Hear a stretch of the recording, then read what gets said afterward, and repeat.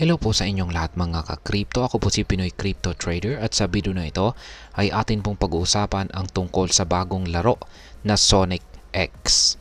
Isa po itong top to earn game na inilaunch ng Solana Gaming Ecosystem. Ang larong ito ay na-design para laruin sa loob mismo ng TikTok platform. Isa itong popular na social media platform na paborito ng mga Gen Z. At yan po ang siyang ating pag-uusapan sa video na ito.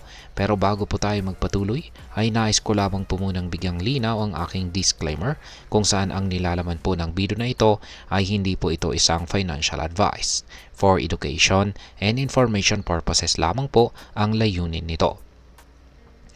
At ayan, sa Sonic X, ang mga players ay magtatap ng kanilang screens para makalikom ng rings, bumili ng upgrades, at mag-imbita ng mga kaibigan para makipagkompetensya sa rankings. Ang game ay nasa isang mundo na kahawig ng classic na Sonic the Hedgehog series, kahit na wala itong official connection sa Sega. Ang bawat tap sa laro ay nire-record bilang isang on-chain transaction.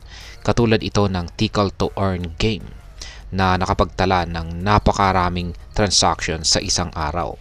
Ang ganitong sistema ay nagpapakita po ng scalability ng blockchain technology na ginagamit ng Sonic SVM. Ang Sonic SVM, ang Layer 2 gaming chain na nasa likod ng Sonic X, ay plano na makipag-partner sa mga content creators at magpatakbo ng mga ads sa TikTok para maka-attract ng mga players. Ang layunin po nila ay gamitin ang malaking user base ni TikTok na inaasahang aabot po sa 2.35 billion users pagsapit po ng taong 2029. Sa ganitong paraan ay mas madali po nilang maaabot ang kanilang target audience.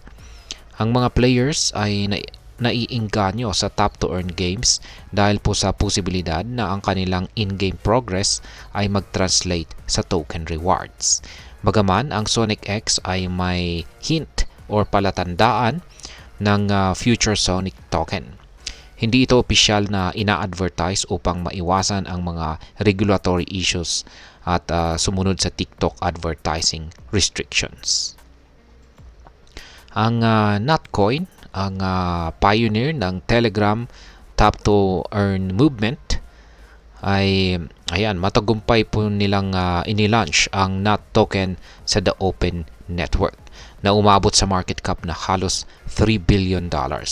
Ang Sonic X ay naglalayong gayahin ang tagumpay na ito sa TikTok gamit ang mga social task upang i-reward ang mga players at palakihin ang Sonic SVM ecosystem.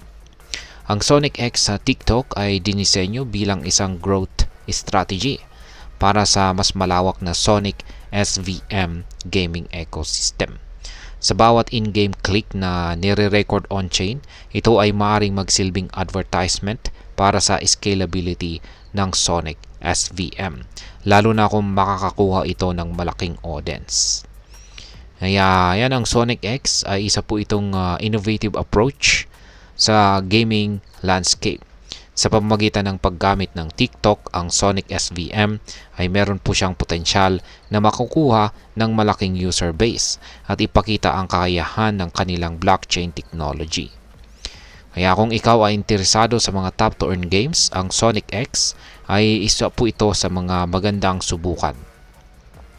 Ngayon ay sa tingin ko rito ay ang Sonic X ay isa naman po itong promising na project na maaaring magdala ng bagong wave ng users sa crypto gaming. Ang paggamit po ng TikTok bilang platform ay isa po itong strategic move na maaaring magbigay ng malaking advantage dito sa Sonic SVM. Ang kanilang approach na i-record ang bawat tap bilang on-chain transaction ay nagpapakita rin ng kanilang commitment sa transparency at scalability. Kung magtatagumpay sila sa kanilang mga plano, maaaring maging malaking player ang Sonic X sa crypto gaming industry. At ayan, hanggang dito na lamang po tayo sa video na ito mga ka-crypto. Sana po ay inyong nagustuhan ang aking paliwanag sa video na ito. Kung inyo po itong nagustuhan, pakiclick lamang po ang like button nito. Para naman po sa mga bago lamang dito, kayo po ay aking inaanyayahan para mag-subscribe. Pakiclick na rin po ang bell icon nito dahil ito po ang siya magsisilbing notification nito sa mga bago kong videos na akin pong ina-upload sa aking YouTube channel na ito. Marami pong salamat sa panonood, ingat po tayo lagi at God bless po sa ating lahat.